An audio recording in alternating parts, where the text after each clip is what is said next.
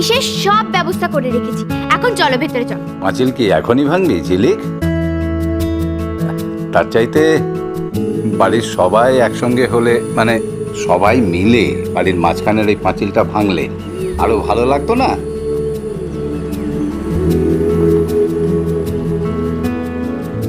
বাবা, আপনি একদম ঠিক বলেছেন।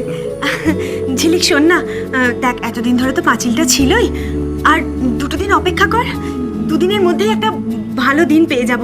বাবা, আমি ওই দিন একটু সত্যনারায়ণ পুজো দেবো, যে আমরা সবাই মিলে পাঁচিল ভাঙবো।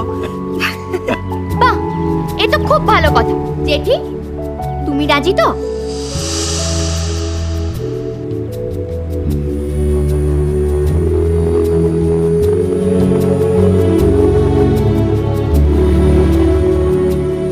রাজি।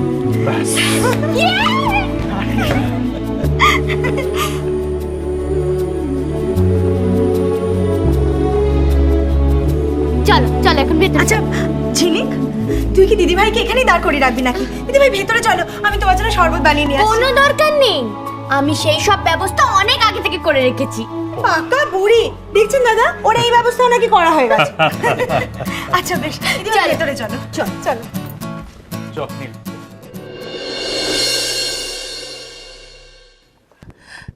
এডি, আমি জানি যে তুমি তোমার ইচ্ছের বিরুদ্ধে কিছু করো না, কিন্তু আমি বলি কি, ওই দিদির দেয়া পায়েস তুমি একটু খেও। যতই হোক দিদি তো তোমার কথা ভেবে পায়েসটা বানাচ্ছে, মায়ের মন তো খুব কষ্ট পাবে।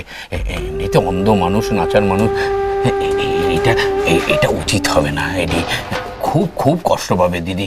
হ্যাঁ, আর যদি দিদি খুব কষ্ট পায় না, তাহলে কি হবে জানো তো?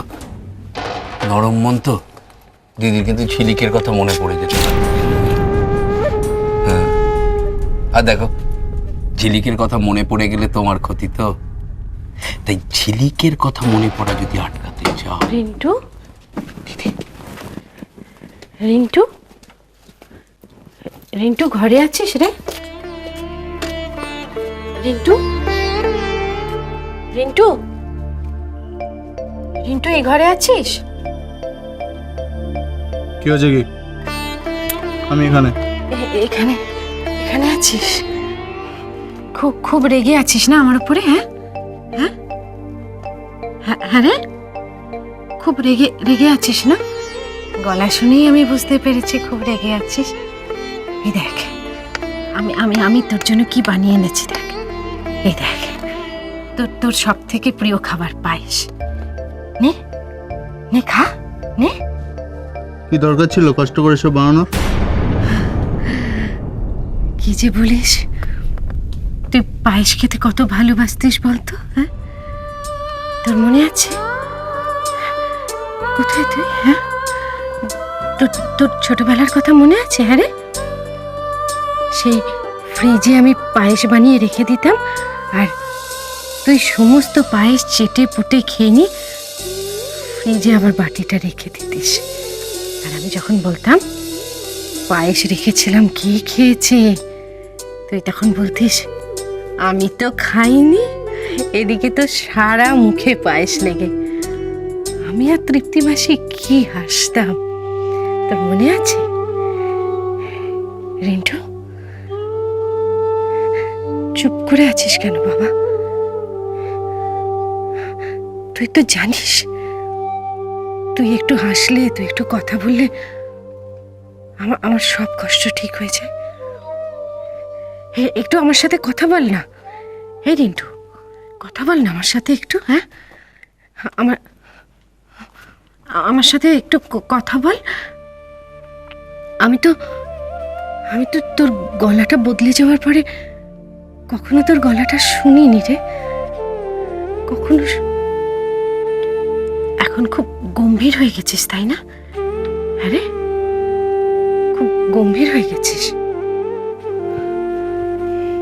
কথা বলার দরকার নেই, কথা বলতে হবে না। এই এই এই এই পায়েসটা খা। আয় আয় আয় সোনা, আয় আমার কাছে, আয় আয় আয় না, আয় আয় আয়, এই পায়েসটা খা, আয় আয়।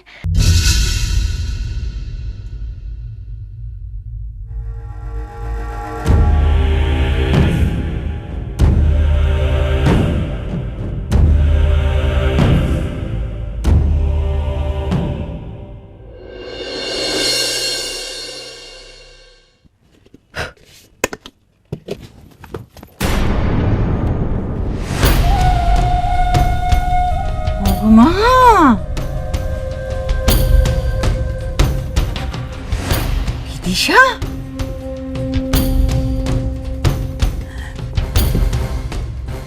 ও বিদিশা,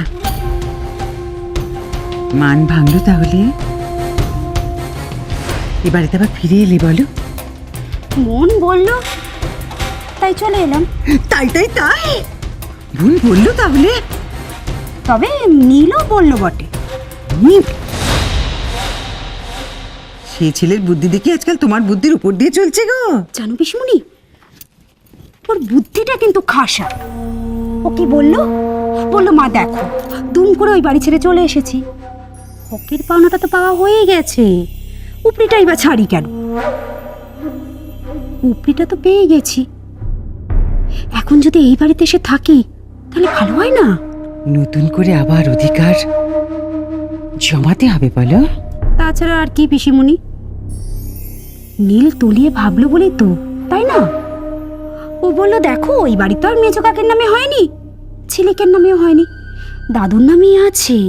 দাদুর নাতি হিসেবে তো যখন বাড়ি ভাগ হবে তখন আমিও তো পাবো।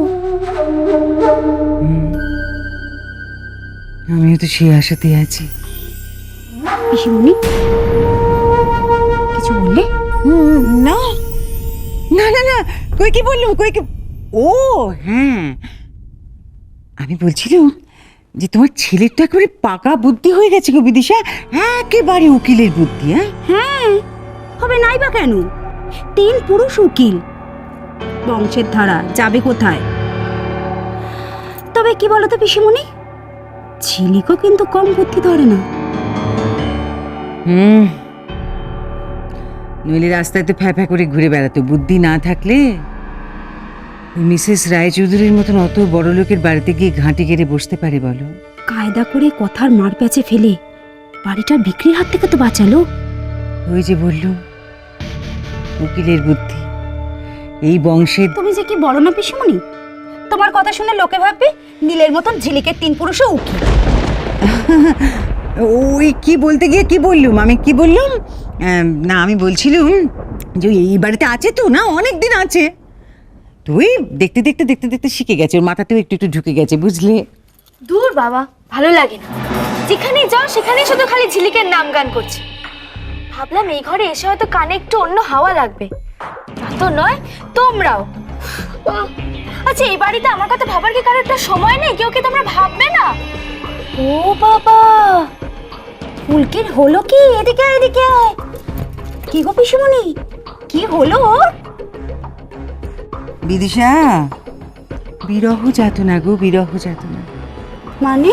আর বলো না বিদিশা, মিসেস রায়চৌধুরী তার ছেলে গো, সে তো বিদেশ থেকে এখন এখানে এসে গেছে, আর কি দুঃখ বলো ফুলকিটা এখনো তাকে চোখের দেখা দেখারই সুযোগ পেল না,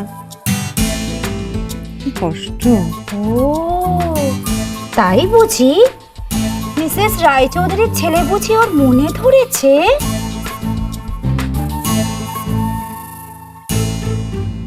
দেখো পিসিমণি কেমন লজ্জা পাচ্ছে।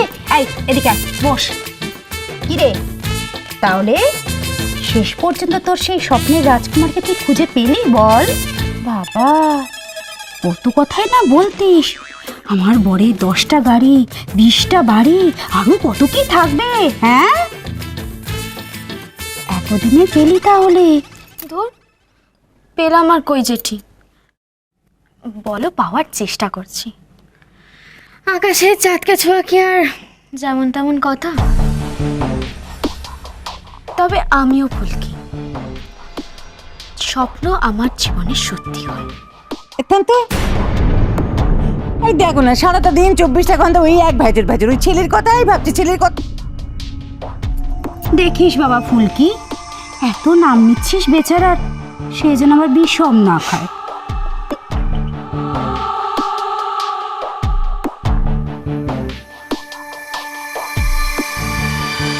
তোমায়